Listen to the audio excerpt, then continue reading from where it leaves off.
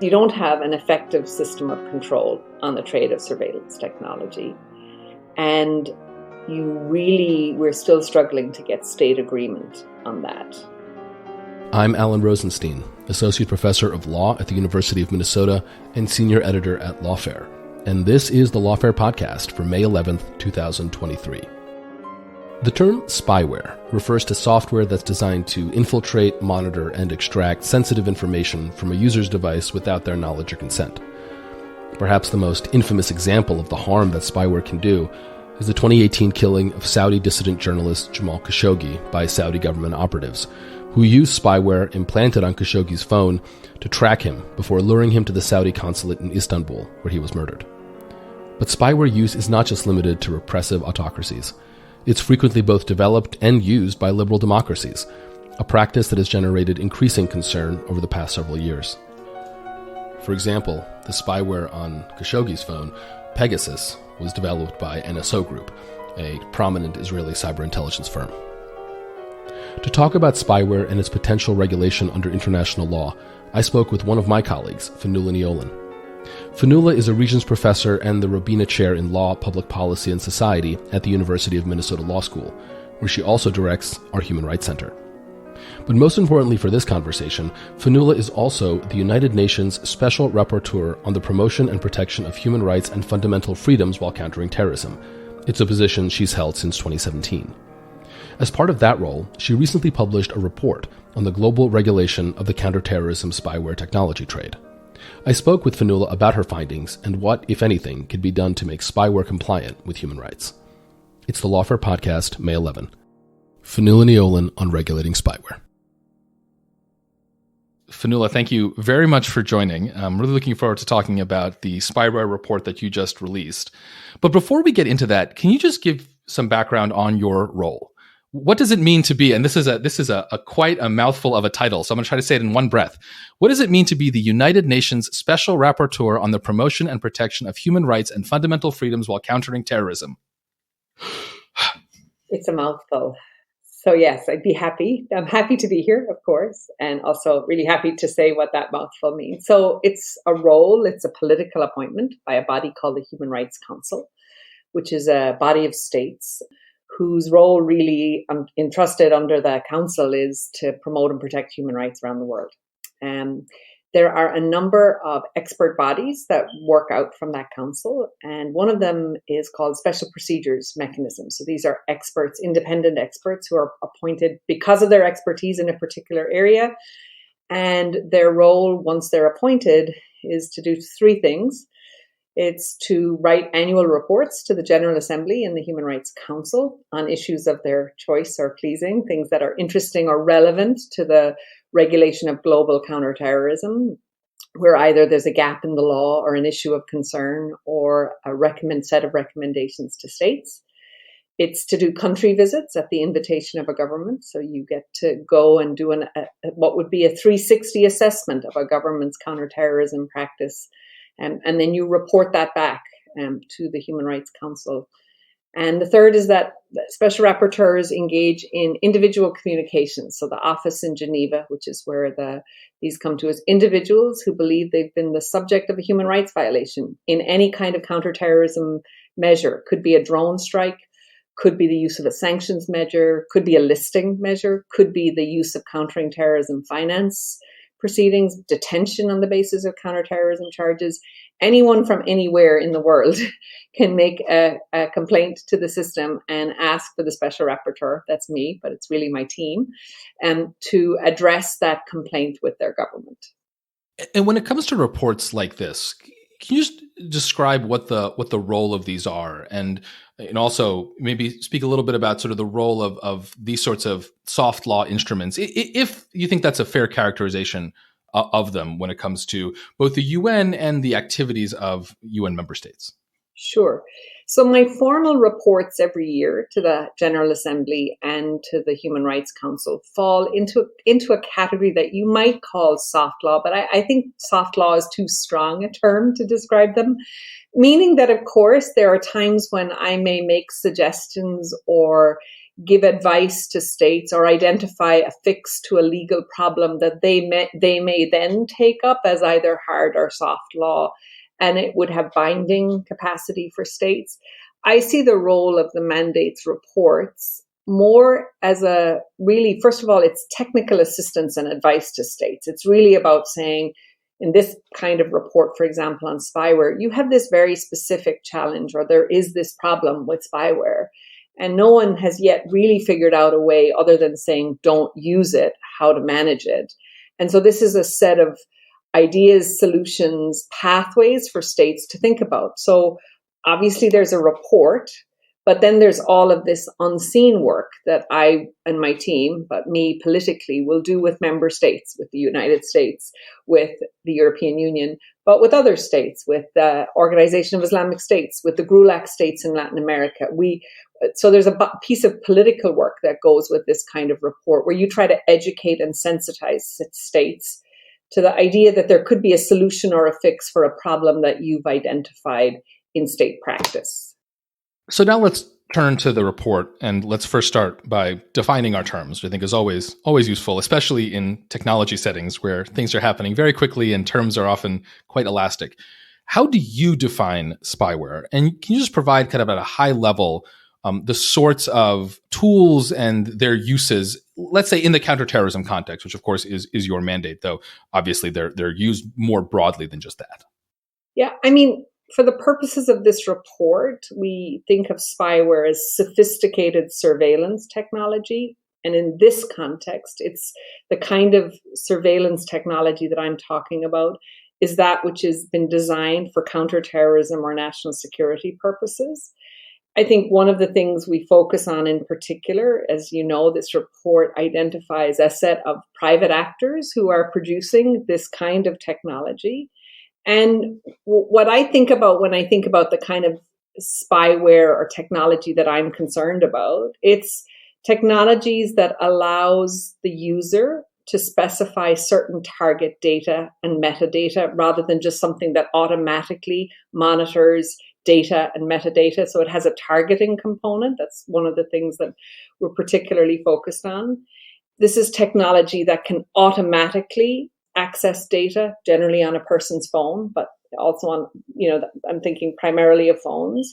And when it does that, obviously it has the capacity not just to access you, but like everything that you have contact with. So all of your, not just the targeted individuals, but the individuals that those individuals are in contact with.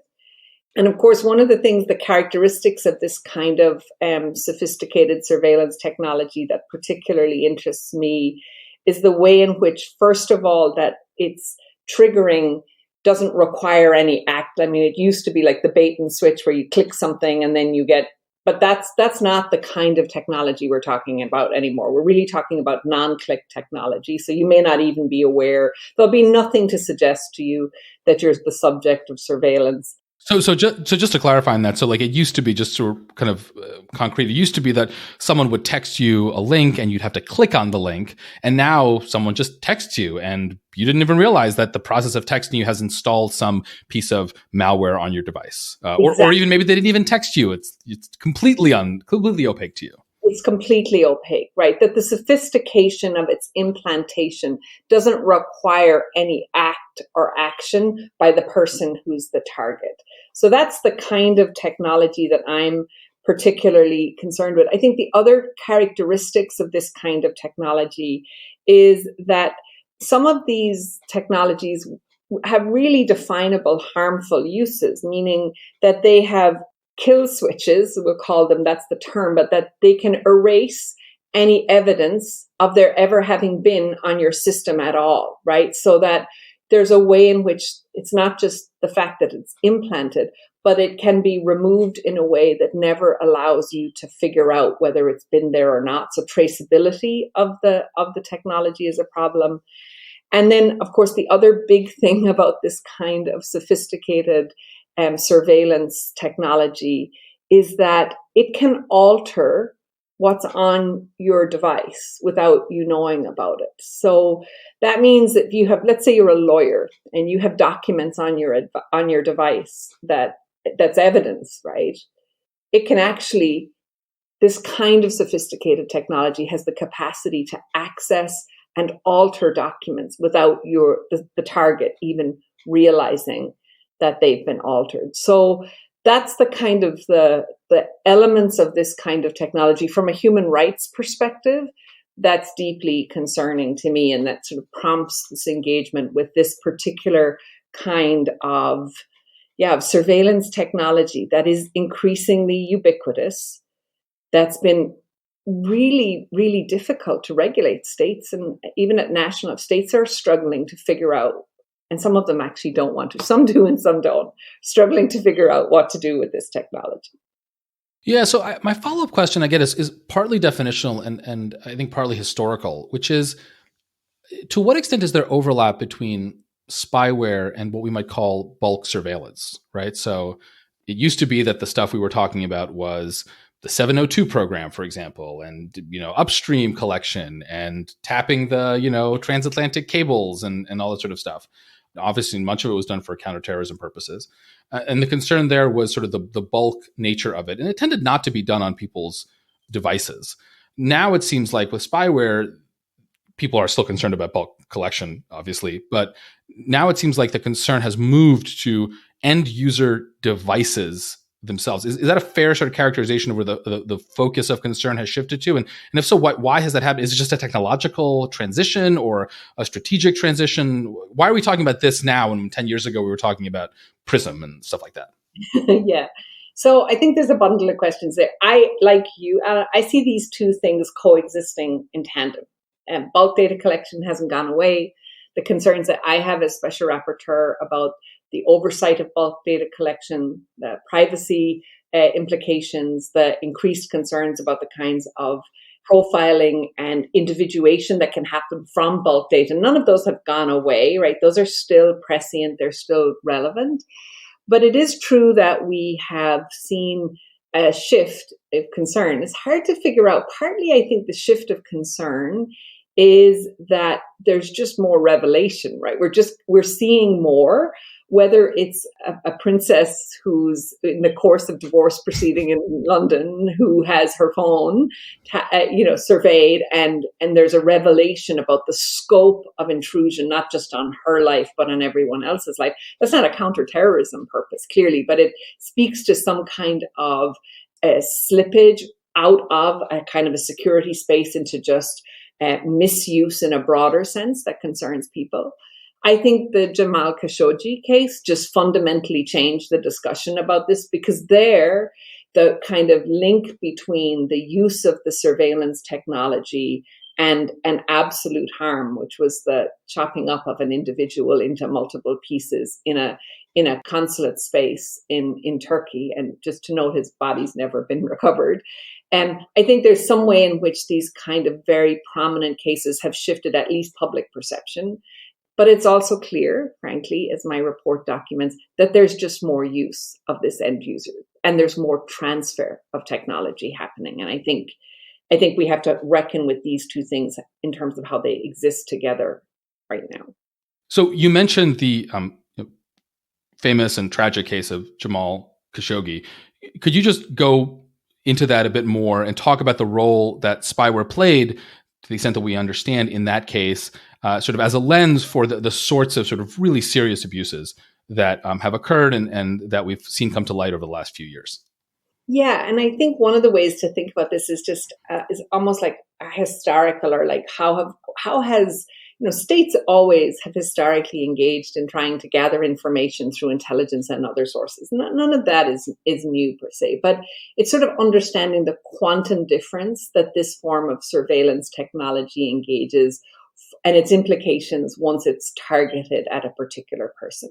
And we'll just use the phone as the example, because historically we could think of like wiretapping, people listening into you on your phone, trying to figure out what you're up to, who your associates are. And we have formal legal means by which state, for example, in the United States and elsewhere, in which that kind of authorization can be sought.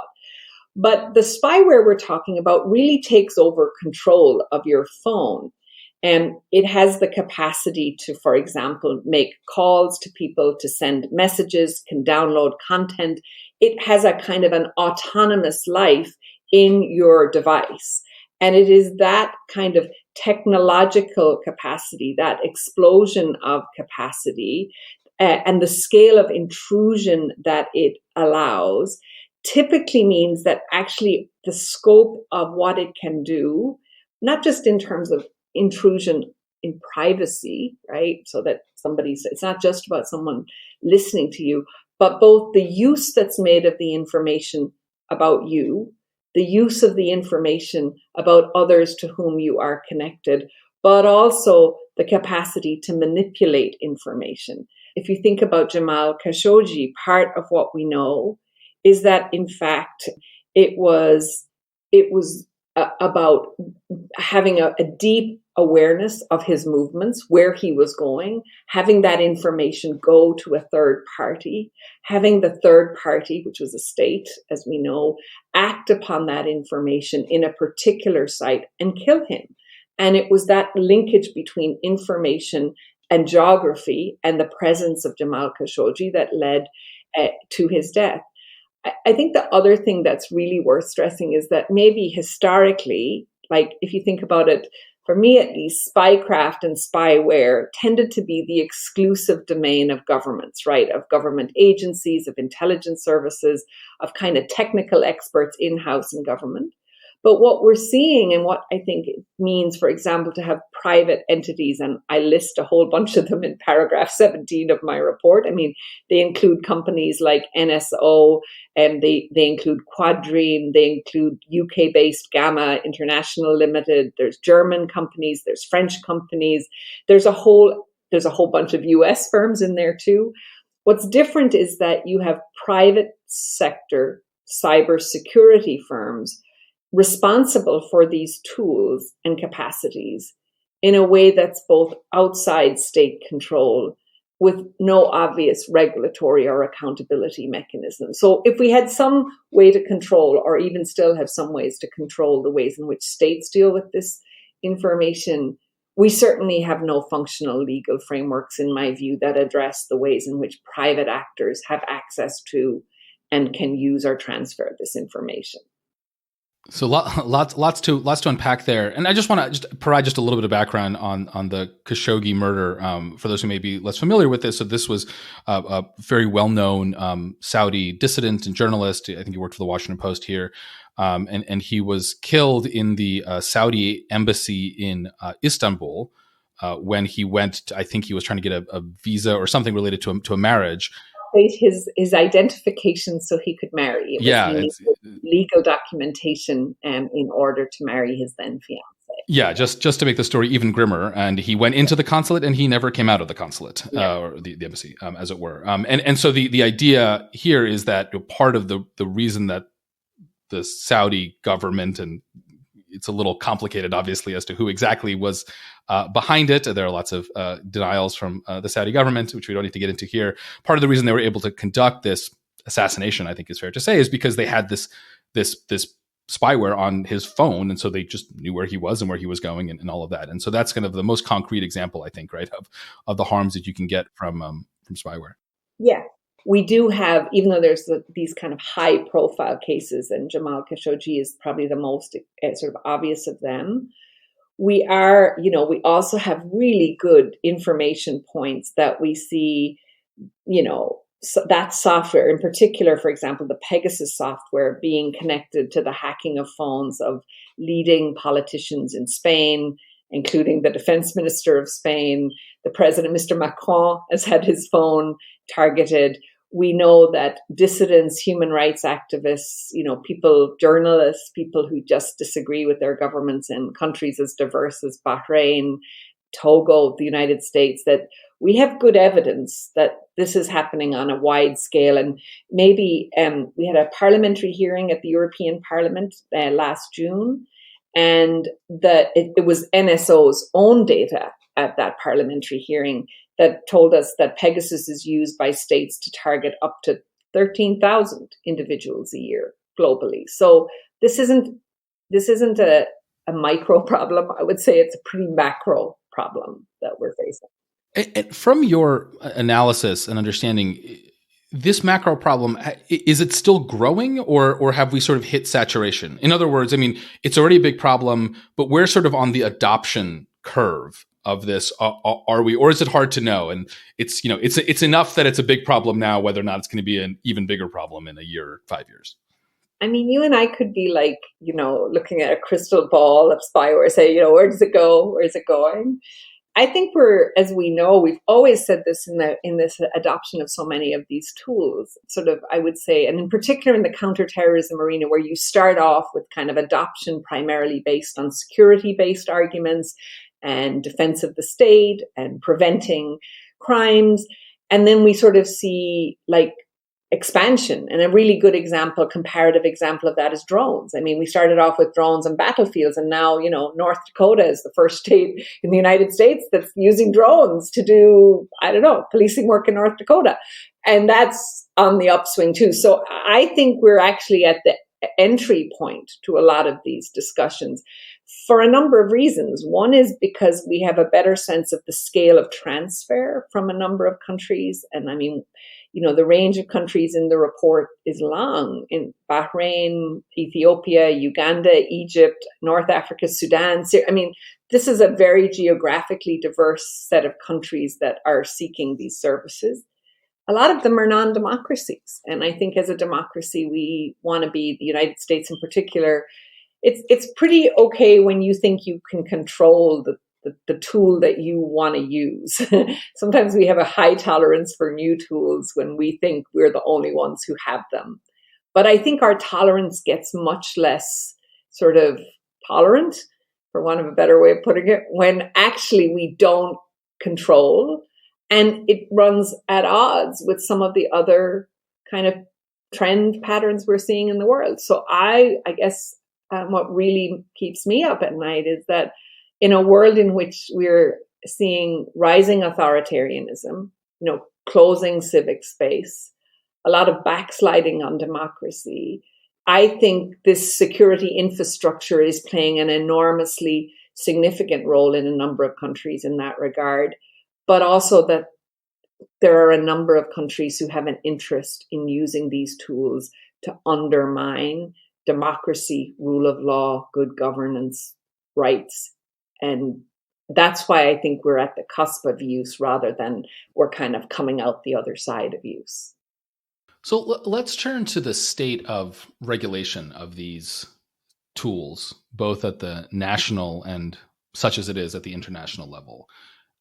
How are these tools regulated? And in particular, I'd love for you to talk about the role of export controls, which I understand is, no, and I, for podcast is sadly an audio medium. So you did not, the listeners did not just see the shadow that went across your face there. As someone who spent a bunch of time doing export control when I was in the government, I know that it is not always the sexiest topic, but it has an outsized importance.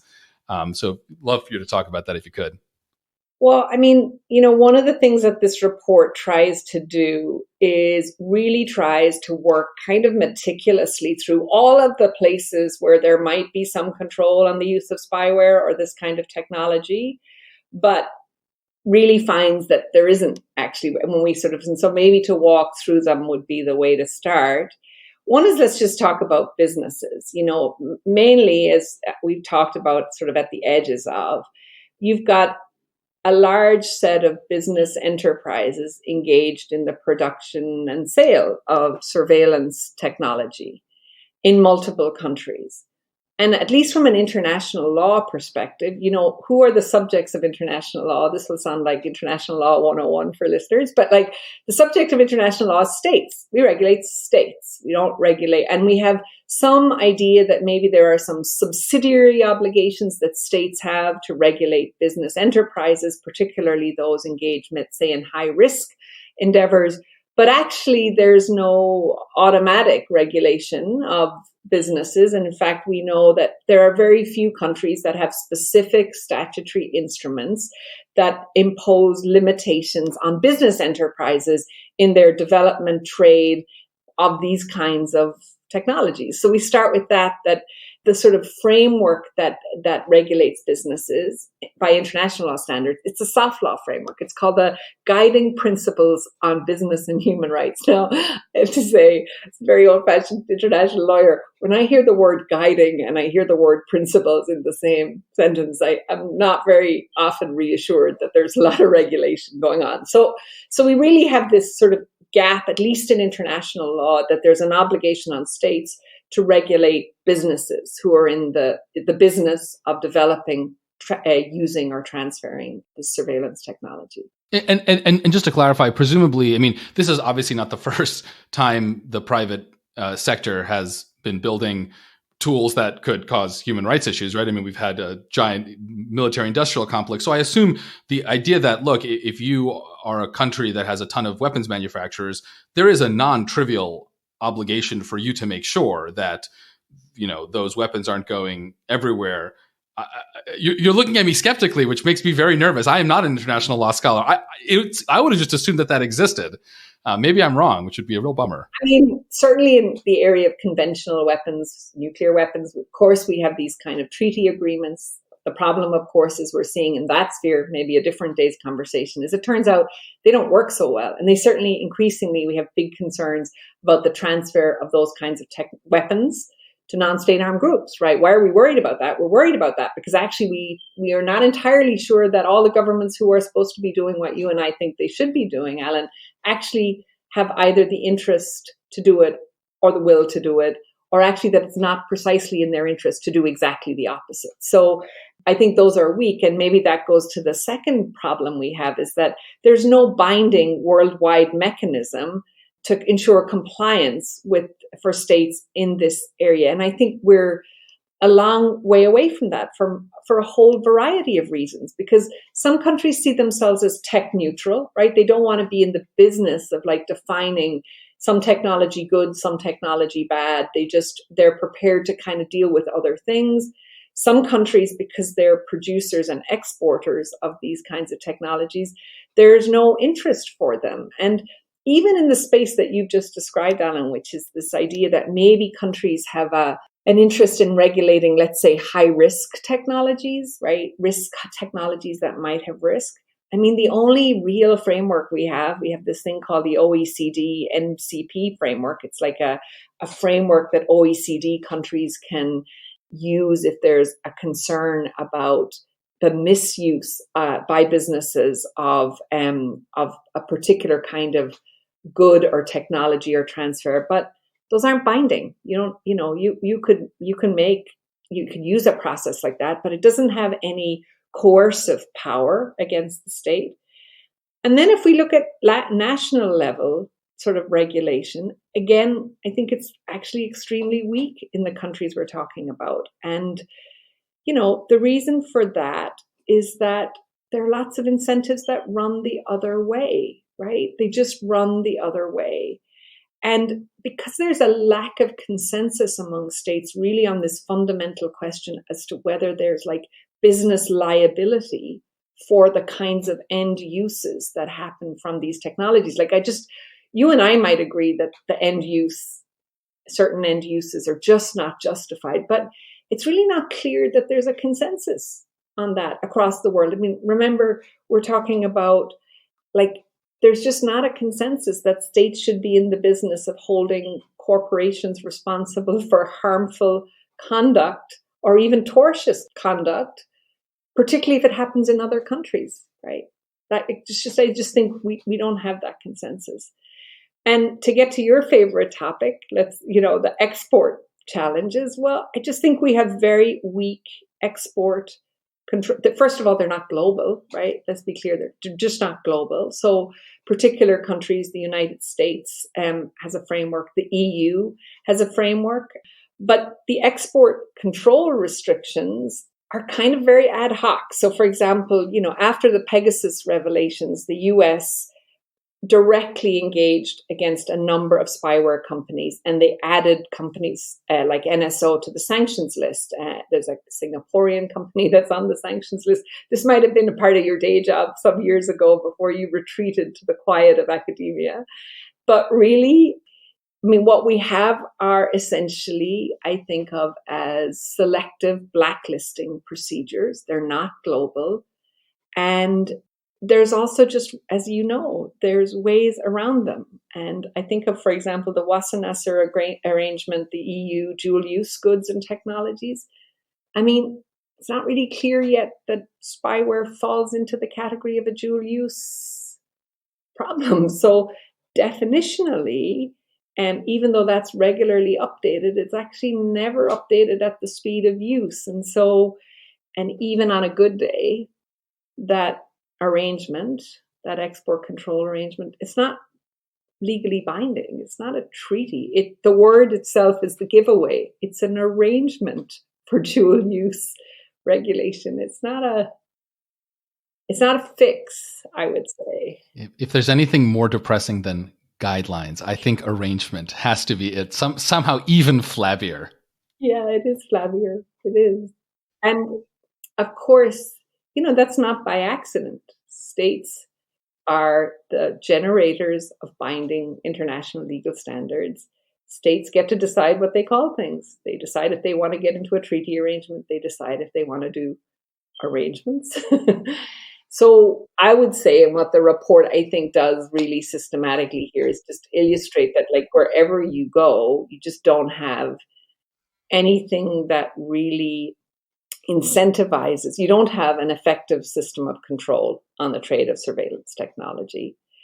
And we're still struggling to get state agreement on that.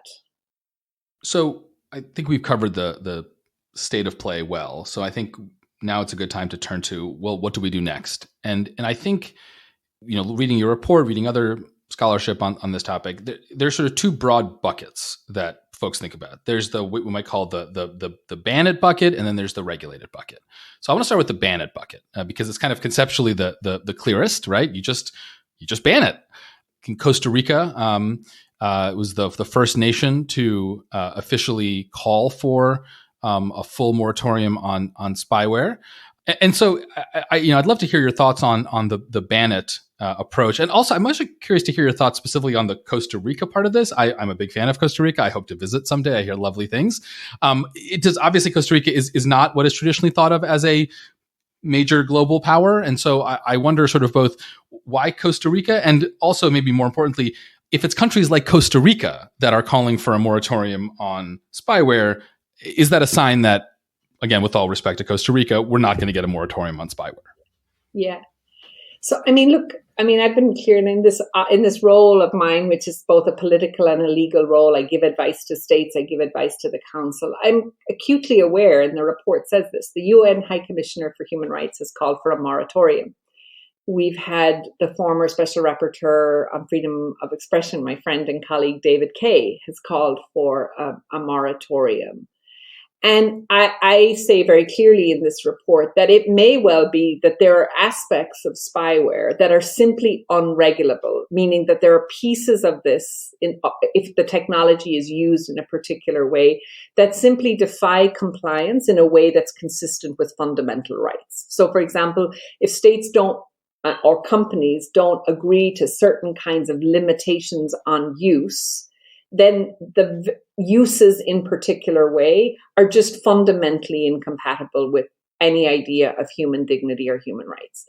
So I accept that, but I think what really drove my team and I should give like a real shout out to my legal advisor, Adriana Erdemus-Jones, who's our tech and international law specialist. And when we talked through this, we were like, but we're not getting very far on the moratorium discussion. We're just not. And that bar is just so high and the technology is moving so fast that if we just get stuck on that, we're just really not going to enter into what I think and feel are the necessary kind of mid-level discussions with member states. And really, that's why this proposal talks about a kind of a model for regulation, which has certain features that would make this amenable to regulation, some kind of principal agreement about what things could be regulated.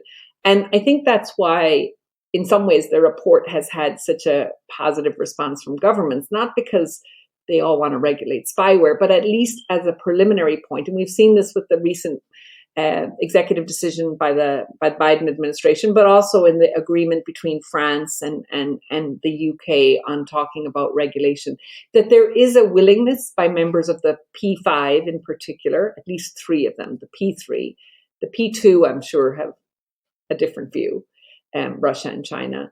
But I think there's some kind of, I do see this political opening among the P3 and among other states to have a discussion about regulation, which goes to the why Costa Rica. So I think there's some like interesting things, and observers who are not, listeners who are not like regular kind of beatniks or like, I don't know, international law nerds, which a number of us are.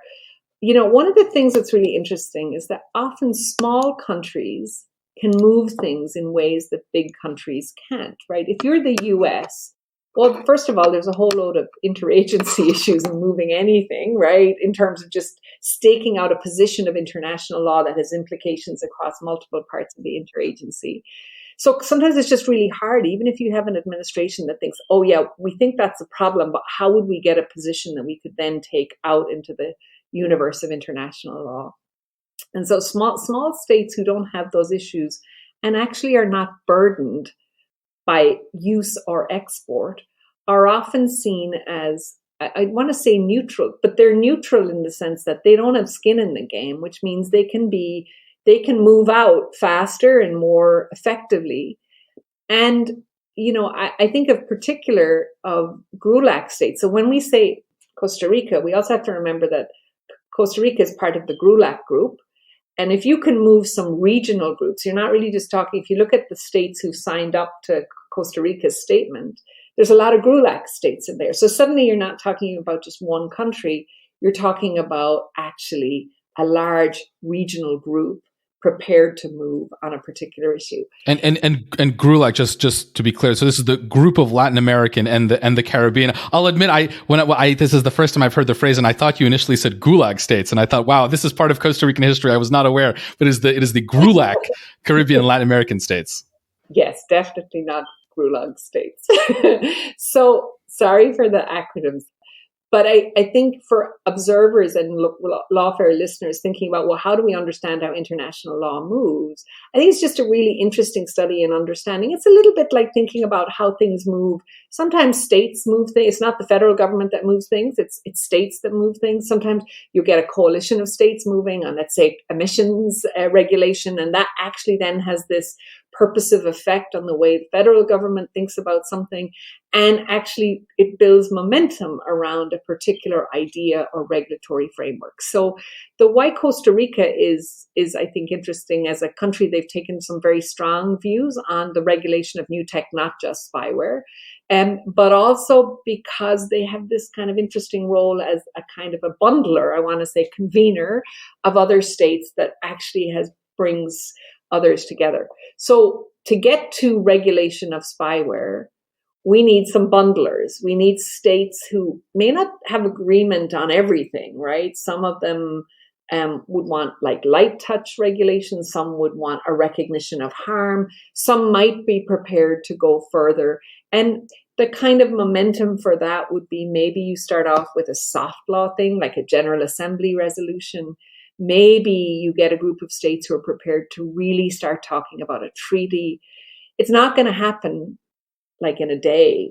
Of course it's not. But I also think there's a deeper appreciation of harm right now, more than there's. And, you know, when I teach this, and I'm sure you have this too, when you put up your phone and you say to people, actually, how would you feel if your phone was the entry point to giving government information about everything in your life?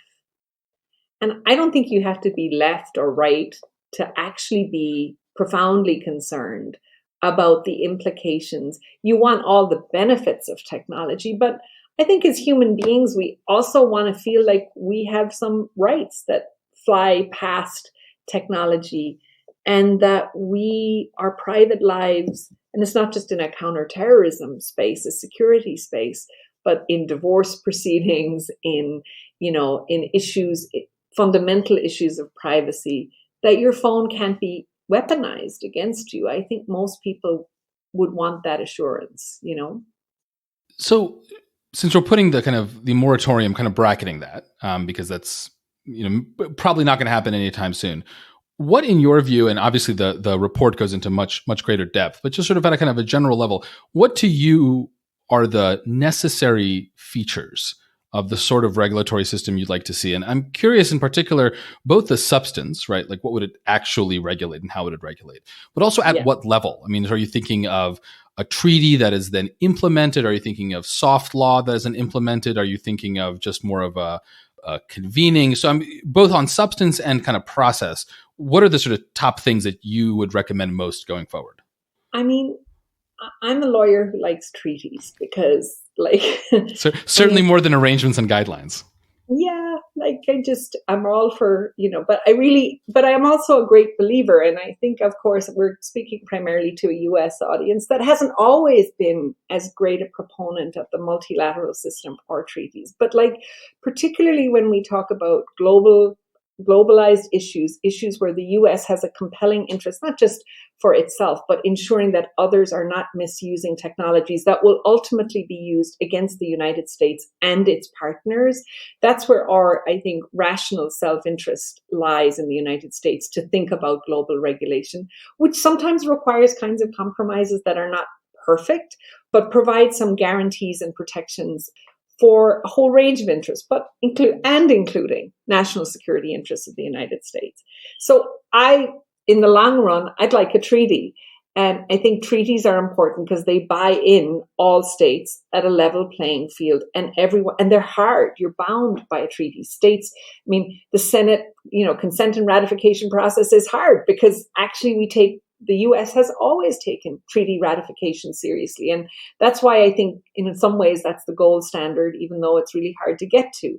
So in that way, I haven't written a draft treaty, but I've said if we were going to regulate spyware, and I really started with this, I think we have to have these features that would make spyware regulatable, right? Meaning that you can't use this kind of technology if it's automatically going to access data that relates to all of the information about every individual who is targeted. So let's say there's a legitimate reason to target me, right? Someone suspects I've been up to no good, and there's a good law enforcement reason to have access to my phone, right? And we could all agree that there are good law enforcement reasons to have access to somebody's phone. But that shouldn't mean, I think we might all reasonable adults agree that the state should have access to everybody that I have ever been in touch with ever. Because the level of information, that sort of degree of information beyond the targeted individual, unless it's specific, unless you can specifically make a case for other individuals, that we shouldn't allow that kind of mass targeting through an individual. I think I'm very Kantian about not using people as means to ends, that I think we have to think about that both philosophically, but also just in terms of the implications for not just privacy, but the kind of right to have rights in that space. The second thing I would say is that I think the goal really would be to allow for the targeting of certain data and metadata rather than everything. That's really the key, that there has to be any system of regulation has to start on the premise of specificity rather than generality. The third, and it's the one we've talked about, is these kill switches, where there's misuse. You have to be able to figure out, as a matter of the rule of law, if there's been misuse of spyware, if it's authorized for use. So technology that doesn't allow you to figure that out, to me, is technology that shouldn't be acceptable, because then we lose law, we lose oversight if we can't figure out if there's been misuse. I mean, the fourth feature is, I think that any use of spyware, this kind of surveillance, has to create what I call an indelible, permanent, and uneditable record of what actions have been taken by the user of the spyware. And that includes it has to include modifications or interference with a person's data. And I think that uneditable record is actually critical to making sure that you have a record of what's been done. And to me, that's just a feature of the rule of law. If the government has the right to intrude, you have to know what the intrusion is. You have to have the capacity to know what the intrusion is. And then you would apply a proportionality, lawfulness, necessity test. But like if we live in a universe where you just don't know, then we're in a universe of non-law. And I don't think any of us want to be in that universe, whether it's on spyware or any other technology. And it really does seem to me that a regulatory mechanism that requires those 4 features as a minimum is a place to start. And if you have spyware that doesn't have those features, I mean, I just think it's non-rule of law compliant. So, I mean, the danger is, Alan, of course, that we're going to have further development of these surveillance technologies that literally render them incapable of being regulated. And that makes me nervous, I want to finish up by asking you what your sense is about the near or short-term likelihood of an adoption of this sort of regulation. And let's just use the US as an example, because you have a situation, and I suspect similar dynamics would apply to democracies in Europe and Asia. You have thriving tech sectors that are producing a lot of this stuff, but you also have strong concerns, and you have governments that internally might be somewhat divided on this. So obviously, President Biden, I think, cares in principle on these issues, or at least his administration sort of is in principle cares about these issues. But at the same time, and this was reported by the Times earlier in April, that just as the Biden administration was taking action against NSO Group, who manufactures Pegasus, parts of the government were trying to acquire the tool from the NSO Group through various shell and front companies, because it's a great tool if you're if you're a 3-letter agency, you're a DOD or whatever, right? And so, there's a real left hand, right hand kind of situation here. And I suspect very similar things are happening in Europe and all sorts of stuff like that. So what is your sense about whether or not the kind of important liberal democracies will take up your invitation to do some regulation here? I mean, no one ever embraces regulation because they don't have to, is my view. Often you have to create different kinds of both negative and positive incentives. So the negative incentives right now, I think we're in the universe of expose around misuse. And I just expect more of that. I think, whether it's investigative journalists, whether it's Citizen Lab in Toronto, whether it's Amnesty International, whether it's the lawyers representing women whose phones, in divorce. I mean, I think we've hit, so there's a kind of an opening dam effect that has all of these other consequences for governments in terms of negative publicity. But negative publicity alone has never moved regulation, in my view, either, right? So the other piece that we're seeing is litigation. So, I'm particularly watching what's happening in the European courts, in the British courts around, and we've already had, how do we know about the use of Pegasus in the context of the UAE's princess's divorces? Because it was litigated in British courts. And there's a set of particularly European courts developing very robust jurisprudence. So sometimes, of course, as we know, governments may not want to regulate, but they'd rather regulate than have the courts set the terms upon which they will have to address these misuses. So I do think that's a particularly significant press at this point. But the other press, I think, it's a sort of a really realist view of where much of this is coming from. We see countries like China, UAE, others. We see a number of countries where their development of these kinds of technologies poses strategic security threats to the United States, to Western states, to others, to democracies, I would say. And in that context, there are a different set of calibrated security goods that are in balance with one another. And I would say, I see at least I don't know where this lands, but I think certainly if you read the national security strategy of the United States, you can see where some of that sits in terms of strategic thinking about what kinds of threats are emanating from where and how they outwork in a national security context. And technology is at the heart of that.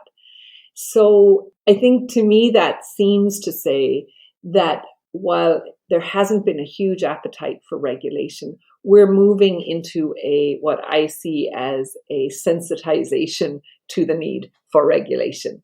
And so I don't think it's going to be fast, but I remain somewhat optimistic given what we're seeing from this move led by Costa Rica, but also what we're seeing in the EU. The European Union's clearly, the European Commission is looking at this seriously. If we have an EU directive on this surveillance technology, that's a game changer.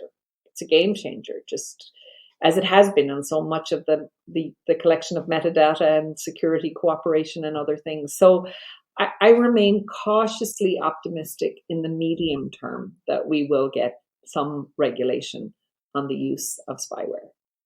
I think that's a good place to leave the conversation. Fionnuala Ní Aoláin, thank you so much for joining. And it's a fabulous report. It's super interesting. And I highly recommend those listeners who are interested in it to take a look, and we'll link to it. So thanks again for coming on. Thank you. The Lawfare podcast is produced in cooperation with the Brookings Institution. You can get ad-free versions of this and other Lawfare podcasts by becoming a Lawfare material supporter at patreon.com/Lawfare. You'll also get access to special events and other content available only to our supporters. Please rate and review us wherever you get your podcasts. Look out for our other podcasts, including Rational Security, Chatter, Allies, and The Aftermath, our latest Lawfare Presents podcast series on the government's response to January 6th. Check out our written work at lawfareblog.com. The podcast is edited by Jen Patya Howell, and your audio engineer this episode was Noam Osmond of Goat Rodeo. Our music is performed by Sophia Yan. As always, thanks for listening.